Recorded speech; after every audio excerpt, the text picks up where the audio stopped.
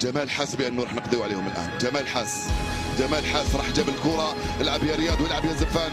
بقات دقيقه ونص، بغداد بونجاح راحت لسفيان وبغداد يرجع رياض عنده الكره الان. رياض يرجع تماما في الخلف في اتجاه جمال بن عمري. رجعنا الان في هذه اللحظات، رجعوا النيجيريين. حذري الان جمال بن عمري يلعب يوسف بليلي، راحت لاسماعيل بن ناصر. اسماعيل مع يوسف، اطلبها رياض، وصلها رياض، ادخل رياض.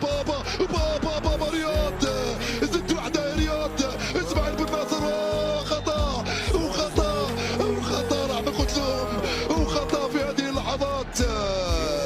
نقتلوهم مش بالمعنى القتل، لا يعني حبيت نقول بانه راح نقضيو عليهم كرويا وفنيا في هذه اللقطه.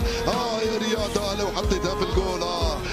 يا رياض يا رياض مخالفه على خط 18. اسماعيل بن ناصر لرياض، الكره في المخالفه. يا سلام، هل ستدخل اندي دولور ام تخلي رياض هو اللي ينفذها؟ يا جمال خلى بعدوا عليه، يقول لهم جمال خلوني يقول لهم جمال. رياض محرز والكره الاخيره في 90 دقيقه. رياض محرز وكره الهدف الاول ثاني. يا سلام، رياض يستعد، القلوب كلها معلقه وواقفه هنا. يا سلام عليك يا رياض لو تخلصنا من الوقت الاضافي. يا سلام يا رياض لو تخلصنا من الوقت الاضافي.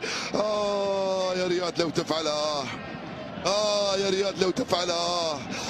يا رياض لو تفعلها. المخالفة بين رياض محرز ويوسف بليلي هي الكرة الأخيرة والفرصة الأخيرة. الحكم يقول لكم كصمة، لازم تحترموا المسافة القانونية. غير محترمة المسافة سيد الحكم، غير محترمة المسافة سيد الحكم.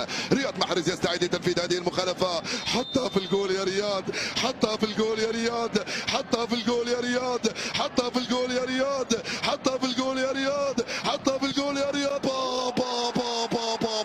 جول، حطها في الجول يا رياض، حطها في الجول.